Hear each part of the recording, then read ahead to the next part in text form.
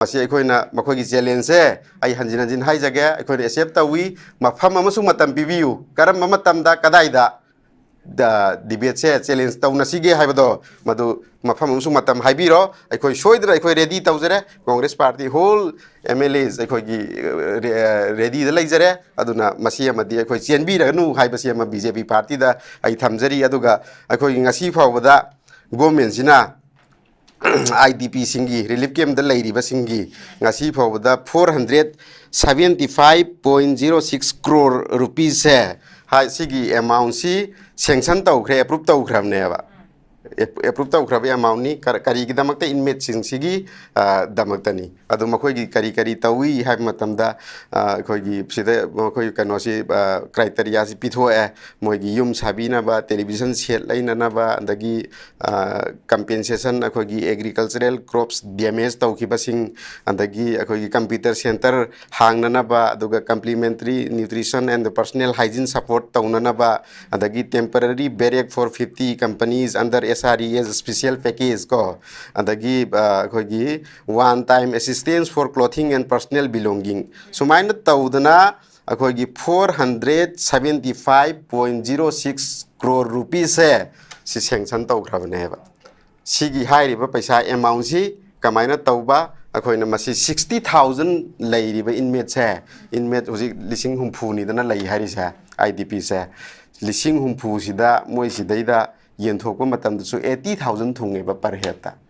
adu family amagi member si mi mari khangni na su khalla sa ba adu aragadi family amda 3.20 lakhs lakh ahum ga lising kun thungi adu ngasi di kari tawre IDP singsi inmate singsi saba thakpa phangdre masa narak pada laying na ba paisa leitadana sijare adagi mayum makai hanjin pham khangdre makhoi gi punsi si kari no sinida akhoi di iseng sengna relief camp sing si chatpada mittagi pita ki ba khang haude ba si government sina udri si kari gi no ba government sina ubidri si kari maram gi no akhoi da duki matik makhoi si ubu matam de yeng bo phobong ngamde adu makhoi gi awap mayam se aduna masi ni aduna akhoi na Congress party na government pai badawna makhoi na haibiri base adu moi soidana yam ikui dana haibatai akhoi gi hujikti moina election pamde adu kano tawde prajan election pami maramdi ngarang da nahan da su hujik anoba political party regional party ma form tawri dune maram kari hairi prajana akhoi election tawrasi hairi neba kari gi akhoi gi manipur se amuk tang de khoi peace and normalcy si hajil hanana ba solution puranana ba gi damakta election tawsi hairi ba kano se hujik lairi ba BJP gi MLA sing se laingak se masida hujik lairi ba president rule government rule lairi se masida akhoi thajadri hairi bane prajana hairi se thajadre aduna akhoi kano gi people's kano ma mandate yenga ba matung da government form tawraga akhoi solution tawsi hairi bane aduna akhoi na election tawraga tawraba matung da Congress party na government se pairaba Congress party na government si pai su pairagani maram di praja singi opinion ni masi akhoi na tajabani aduna government he Congress party na pai de khoi solution purakani normal si hanjil hangani 60,000 leiriba IDPs aduga yum lising manga tara he na khoi gi mayum makai mai thaduk pikreba mayam se makhoi singi damakta khoi na mayum makai sabi dana mai magi leiram mafam sing duda makhoi gi laikai da hanjil hangani haibado ma ai haijage maram di masi praja gi thajabani maram di Congress party haibase karamba party no khoi secularism secular amadi socialist haiba sida thajaba sida yumpham oiba adugumba akhoi gi community dharma khudimak se akhoi nungsi chanana leiminnagadabani aduga akhoi praja gi damakta samasi gi damakta akhoi na afaba thabak tawgadabani akhoi da adu ada haiba dharma jat haiba adugumba khaiba leite haiba adugumba party ama khangni adu BJP haiba party sidinga sida honorable supreme court da akhoi case tawribani ne akhoi preamble the Indian constitution gi preamble da yauriba secular amasung socialist haibase masi lauthokadabani masi thapa yaroi haina case tawribane heba thogi yengse hari sigi artha si mokhoina slide cap tawri si kari maram gino slide cap si hari si praja sing sina udre khangdre hari banatraba means akhoi gi apik pa kakcheng se akhoi lambi de chatpa matamda lambi de chen bada akhoi uroyeba maramdi moina tawi hari ba thabak se thabak kari gumba ma taw khiba laitaba laitaba maram orakanda slide cap thok si hari braba adune baina kari taw rage ba makhoina IDP singi kari tawrage ba ngasi phawda अदुबु Congress party नदी करी करी तौख्रगे अखोइना government पाइरिसे कनानोबा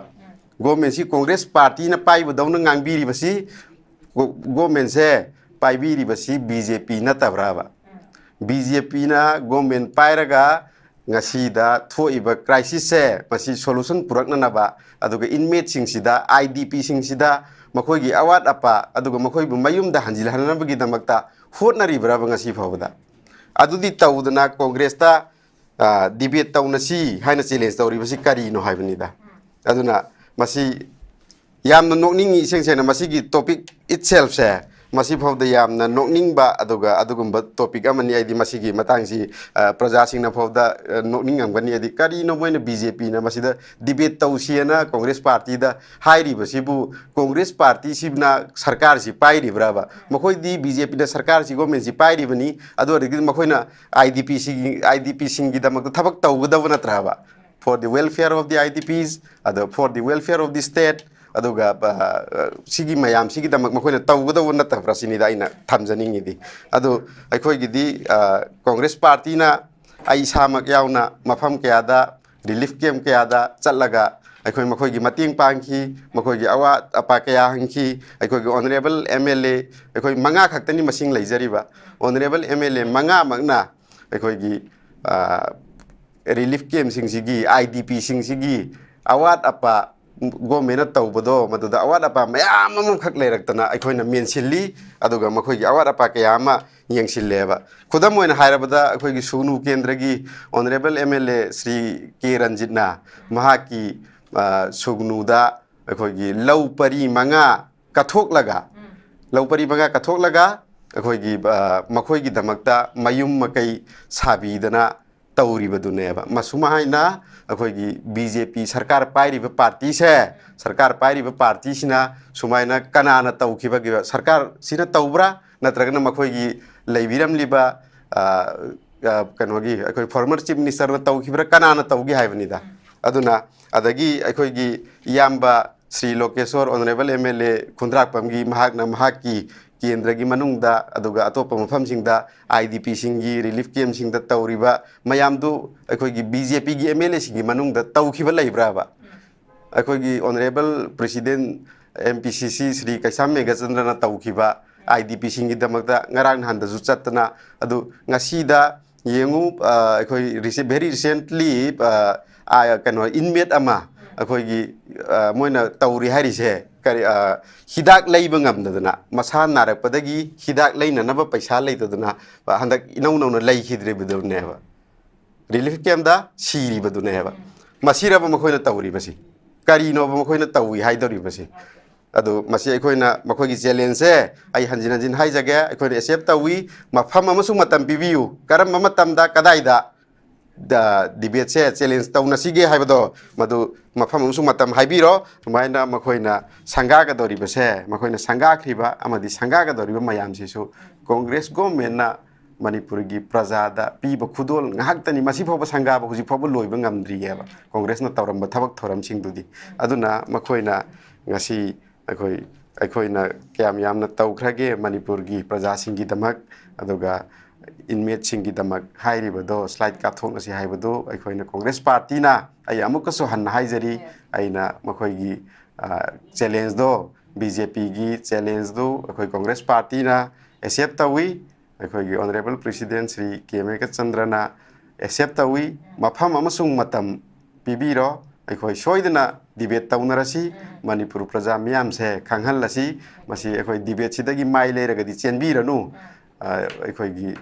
इसे सरदा देवी अखोइगी BJP की president ना इनवाइट तौबिरकलबनिना मसी मदी चेनबिरनु नखोइगी इनवाइटेशन दो अखोइने एक्सेप्ट तौजै अदुना मफम अमसुंग मतम दो हाइबिरो हाइबसे मसी थमजरगा आई मथजे ओजा जाकिर दम मुलाक चगे ओजा अखोइगी टॉपिक तो लेरे बट अखोइगी ओजाना हाइबी किबा अखोइगी ngasi अखोइगी साइड तगी सो अखोइगी बीजेपी की स्पोक्सपर्सन अमखक अखोइगी यामना याउनबगी दमकता होना चबनी बट अनफॉर्चुनेटली अखोइगी खुदोंग चादब खरना अखोइ यावबदी फंगमद्रे बट अखोइ कांग्रेस की स्पोक्सपर्सन द मुलाक चगे अखोइगी बीजेपी की स्टेट प्रेसिडेंट फोंदोइबा वाफम सिदा अखोइगी ꯐꯣꯡꯗꯣꯛꯏꯕꯁꯤꯅ ꯇꯥꯛꯄꯗꯤ ꯑꯩꯈꯣꯏꯒꯤ ꯄ꯭ꯔꯖꯥꯁꯤꯡꯒꯤ ꯑꯐꯕ ꯊꯕꯛ ꯃꯌꯥꯝ ꯑꯃ ꯇꯧꯈ꯭ꯔꯦ ꯑꯩꯈꯣꯏꯒꯤ ꯍꯥꯏꯕꯅꯤ ꯐꯣꯡꯗꯣꯛꯏꯕ ꯋꯥꯐꯝꯁꯦ ꯑꯗꯨꯅ ꯇꯧꯈ꯭ꯔꯤꯕ ꯊꯕꯛꯁꯤꯡꯁꯦ ꯑꯩꯈꯣꯏꯒꯤ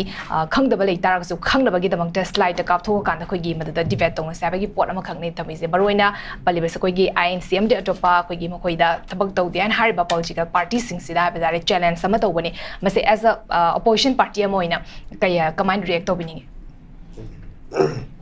ngasi akhoi topic si BJP chief challenges Congress to debate haibani hairiba ngasi topic ngasi matter sida akhoi gi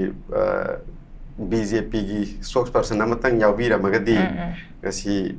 yam wari tauba ngasi debate khana nei na yam hena nungairamgani yam hen successful oiba aduga praja miyam nasu gyan taba aduga praja miyam nasu hen na khangba haiba kano do madi oiramgadabani adu BJP gi spokesperson di yauramdre adubu yes we accept the challenge Congress party accept the challenges adu Congress party na we are ready for the debate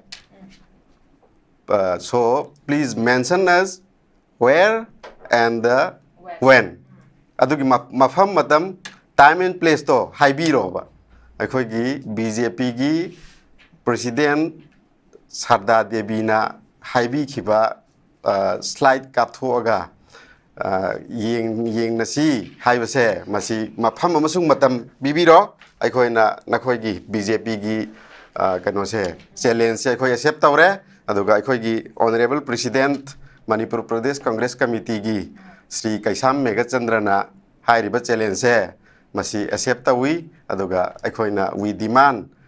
the time and place karamba matam da tawsige haibado adu amadi mafam matam du pibiro anytime anywhere akhoi adum soidanamak saruk yajaragani debate tawrasi aduga masi akhoi chendi chena roisi masi amai thamjage ba chendi chena roisi ngai ngai ki wa haijin badu tawnagumsi aduga praja da khanghalase ba BJP na kari tawge slide kap thoga yengse hari sigi arth si mokoi na slide kap tawrisi kari maram gi no slide kap si hari si praja sing sina udre khangdre hari ba natra ba means akhoi gi apik pa kakcheng se akhoi na lambi da chatpa matam da lambi da chen bada akhoi na uroya ba maram di moina tawi hari ba thabak se thabak kari gum bam bho taw khiba lai taba na maram ora kanda slide kap thok si hari bra ba adu ne ba kari taw rage ba makhoi na IDP singi kari tawrage ba ngasi phawda adubu Congress party na di kari tawrage akhoi na government pairi se kanano ba government si Congress party na pai ba dawna ngangbiri ba si government se paibiri ba si BJP na tabra ba BJP na government pairaga ngasi da thoiba crisis se masi solution purakna na ba aduga inmate sing sida IDP sing sida makhoi gi awat apa aduga makhoi bu mayum da hanjil hanana bagi damakta hotnari bra ba ngasi phawda adudi tawdana Congress ta debate tawna si haina challenge tawri basi kari no haibani da aduna masi yamna nokningi seng masi gi topic itself se masi phawda yamna nokning ba adugumba topic amani aidi masi gi matang si praja sing na phawda nokning amgani adi kari no moina BJP na masi da debate tawsiena Congress party da hairi basi bu Congress party sibna sarkar si pairi braba makhoi di BJP da sarkar si government si pairi bani adu adi makhoi na IDP sing gi damak thabak tawgadaw na traba for the welfare of the IDPs for the welfare of the state aduga sigi mayam sigi damak makhoi na tawgadaw na ta prasini da ina thamjaningi di adu akhoi gi di Congress party na ai samak yauna mafam kya da relief camp kya da chalaga akhoi makhoi gi mating pangki makhoi gi awa apa kya hangki akhoi gi honorable MLA akhoi manga khaktani masing leijari ba honorable MLA manga magna akhoi gi relief camp sing sigi IDP sing sigi awat apa government tawbado maduda awat apa mayam amam khak leirak tana akhoi na mensilli aduga makhoi gi awat apa kya ma yengsilleba khudam moina hairabada akhoi gi sugnu kendra gi honorable MLA Sri K Ranjit na mahaki sugnu da akhoi gi lau pari manga kathok laga akhoi gi makhoi gi damakta mayum makai sabi dana तौरीबदुनेबा मसुमाइना अखोगी BJP सरकार पाइरिबा party से सरकार पाइरिबा party सिना सुमाइना कनाना तौखिबा सरकार सिना तौब्रा नत्रगना मखोगी लेबिरमलिबा कनोगी अखोई फॉर्मर चीफ मिनिस्टर न तौखिबरा कनाना तौगी हाइबनिदा अदुना अदगी अखोगी याम्बा श्री लोकेश्वर ऑनरेबल एमएलए खुंद्राकपमगी महाकना महाकी केंद्र की मनुंगदा अदुगा अतोप मफमसिंगदा आईडीपी सिंगी रिलीफ कैम्प सिंगदा तौरिबा मयामदु अखोगी बीजेपी की एमएलए सिंगी मनुंगदा तौखिबा लैब्राबा अखोगी honourable president MPCC Shri Keisham मेघचंद्रना तौखिबा आईडीपी सिंगी दमकदा ngarang handasu chatna adu ngasida yengu अखोई very recently कनो inmate ama अखोगी मोइना तौरी हारिसे करी हिदाक लैब ngamdadana masa narakpadagi hidak lainanaba paisa leitaduna handak inau nau laikhidrebuduneba relief camp da siribaduneba masiraba makhoina tauribasi karino makhoina tawi haidoribasi adu masi akoina makhogi challenge se ai hanjin hanjin haijage akoina accept tawi mafam amasung matam pibiu karam matam da kadaida da debate se challenge tauna sige haibado madu mafam amasung matam haibiro akoi soidra akoi ready taujare congress party whole mlas akogi ready da laijare aduna masi amadi akoi chenbira nu haibasi ama bjp party da ai thamjari aduga akoi ngasi fawada government sina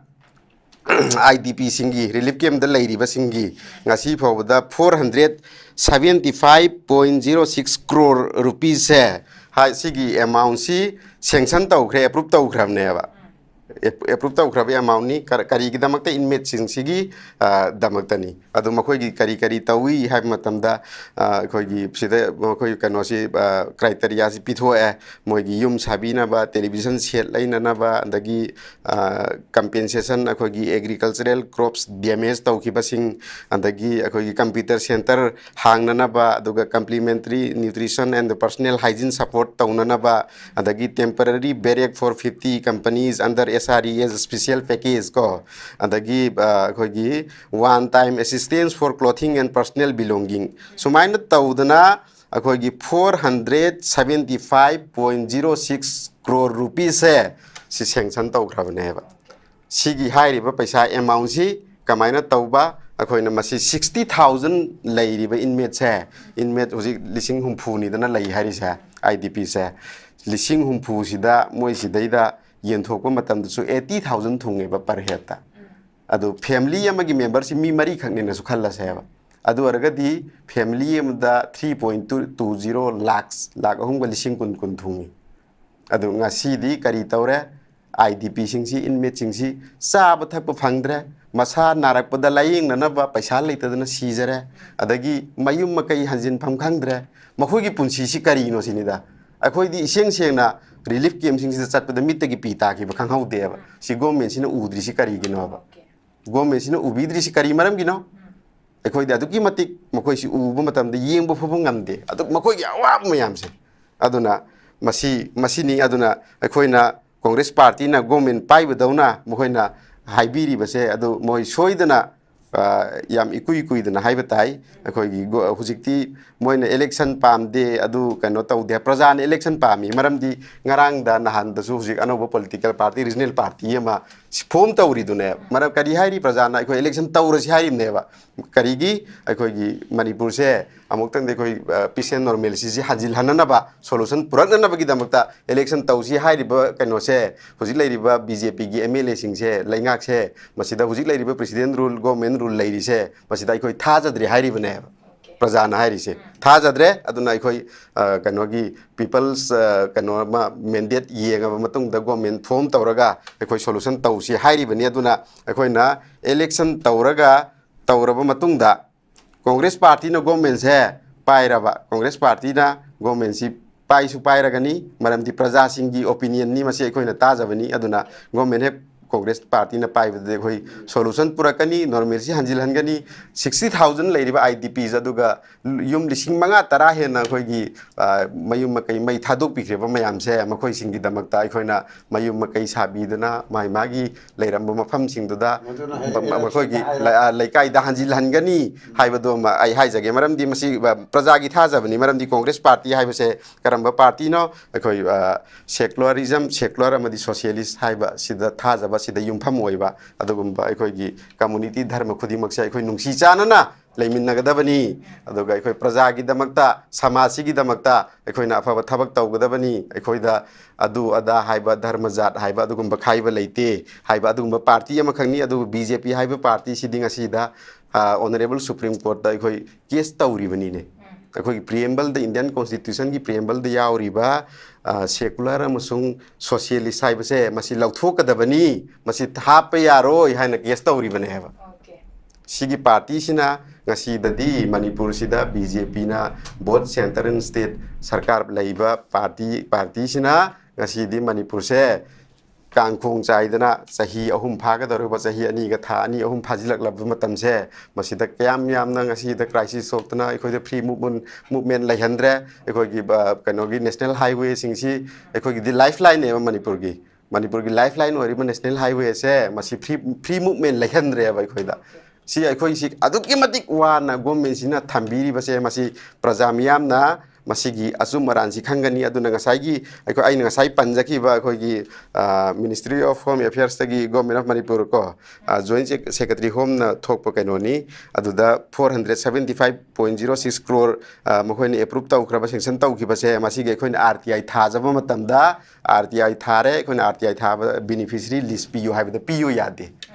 पियो याद्री सिगी मरम सिना मरम ओरकांदा मखोइने पियो यादबगी मरमदी करीनो हाइबसे प्रजा मियामना ज्ञान ताबीरोबा मखोइने हाइरिबा आइना ngसाई पंजखिबा inmate सिंगी दमकता welfare की दमकता तौगनी हाइना मखोइने yum साबीगनी अदु तौगनी अदा तौगनी हाइब मयाम से तौरमगद्रा तौरमोइद्रा हाइबदो मखोइने आरटीआई थाबा मतमदा मखोइना अखोइगी रिप्लाई पीदबा अदुगा बेनिफिशियरी लिस्ट पीदबसिना मरम ओरगा प्रजाना अचुम मरान मखोइना हाइरिबा पैसा सिंगसे कमाइना करमाइना मिसयूज तौखिबगे अदुगा where is all this fund goes हाइबदो प्रजा मियामना नैनबीरो हाइबसे मसी हान बराउंड मसोहाइन सुम थमजगी ओके कांग्रेस के साथ की खोगी बीजेपी की डिबेट की चैलेंज से कोई चैलेंज एक्सेप्ट तो हाबनी मफम मतम हाइबिरो कोई सेम साधना ले हाबो वफम थंबिरी आई अरोइबर राउंड जाकिर लाक्चिगी ओजा खोगी हौजिक ओजारासु थंबिख्रे खोगी चैलेंज एक्सेप्ट तौरे खोगी डिबेट की मफम मतम ताकपिरो हाबनी बट खोगी लेरिबसे खोगी हौजिकी मणिपुर की सिचुएशंस ता खोई स्लाइड सो कापगी मताम खंगसु ngसाय ओजानासु पनबिख्रे बट कापकोदरिबा स्लाइड सो से हौजिक प्रजा मियामना हंगनरिबसे खोगी चै अनि हेलबा खोगी इरांग से थोक्रिबा मयाम से स्लाइड सो द उत्कदरिब्रा और करी करंबा खोगी अनोबा डेवलपमेंट जे स्लाइड सो द उत्कदरिबना हौजिक फावदा खोगी प्रेसिडेंस रूल लेरकांदा यो पॉपुलर गवर्नमेंट अमखक सेमबा ngमजबनी बीजेपी के मनुंगदा खोगी मैजिक नंबर सु सुना लेरिबसिदा खोगी पॉपुलर गवर्नमेंट अमखक सो हौजिक सेमबा ngमजबनी बट खोगी जुलाई से खोगी prime minister Narendra Modi visit तौरकनी हाबगी पोट अमखक खोगी सोशल मीडिया दा वायरल ओरकवा मसिना ऑफिशियल वेब पाउ मक्ति लेत्रगा सो खोगी लाकनी हाबगी पोट अमखक लाई बट लाक अगना करी तौबा खोगी जई अनि हेन बसे लाक्त्रगना खोगी हंदक त लाकदोरि बसना खोगी इलेक्शन ग मरी लेना लाकदोरि ब्रा ममांग द लाकी बसे 2019 द लाकी बनी जनवरी द मदुगी मतुंग द ngasi फाव द मणिपुर द थोइबा सिचुएशंस द खोंगुन बाउ तारखिद्रबनी कबाय थमिनी ओशन लोशलकपा ओइना ओजागी वेब कंक्लूजन रिमार्क मसी मोइगी बीजेपी की होजिक्सी मोइगी मैजिक नंबर लाइना last February 13th 2025 tagi hauraga ngasi fawada president rule lairiba state amani manipur si aduna akhoi president rule laire hujik adubu president rule lairaga su aina mamang da thamjabaduni akhoi chap manai BJP gi government laibaga chap manai maramdi centre दा BJP की लेंगाक लेबनीना मखोगी instruction मखादा मखोगी home ministry की instruction मखादा मसिदा गवर्नर ना थबक थौरम मयामसी चलाइरी बनेबा अदुना अखोई honourable prime minister Shri Narendra Modi ji ना मणिपुर दा विजिट तौरकनी हाइबसी लास्ट इलेक्शन 2019 दा महाकना मणिपुर दा लाकलम लब मतुंग दगी ngasi phawda mahakna manipurda akhoi crisis si sahi ani ga tha ahum mari changsilaklaba asuk kuiba matam mioi chani ga humphu hena leikidraba aduga yum lising manga tara hena tumna mai chaktuna mayum makai leijadraba aduga akhoi gi mioi inmate 60,000 hena relief camp da leiriba lamdam sida nong mafawba hairiba crisis ase masigi solution purakna naba masigi peace and normalcy hanjina nabagi damakta nong mafawba state sida mahaki khong ase manipur sida mahaki manipur leimai sida mahaki khongda rakhidra bane adubu hojik PMO office tagi mahak lakani haibagi statement ama fabo thadura pasu leite adubu khabar kagas khara dadi dum prime minister lakpa yai hai adaga mahak laga akhoi hojik kano da mantri puri da leiriba akhoi secretariat office building se masi sanga gani hai aduna hai riba building asimaksu congress lainga ki khudolni congress government gi matamda akhoi na hariba secretariat building se masi su congress government na sarambani sumaina makhoi na sanga ga doriba se makhoi na sanga khriba amadi sanga ga doriba mayam se su congress government na manipur gi prajada piba khudol ngahaktani masi phoba sanga ba huji phoba loiba ngamdri yeba congress na tawramba thabak thoram singdudi aduna makhoina ngasi akhoi na kyam yamna tawkhrage manipur gi praja singi damak aduga inmate singi damak hairiba do slide kap thokna si haibado akhoi na congress party na ai amuka so han haijari aina makhoi gi challenge do BJP gi challenge do akhoi congress party na accept tawi akhoi honorable president Sri K.M. Chandrana accept tawi mafam amasung matam pibiro akhoi soidana debate taunarasi manipur praja miyam se khanghan lasi masi akhoi debate sidagi mai leiraga di chenbiranu akhoi gi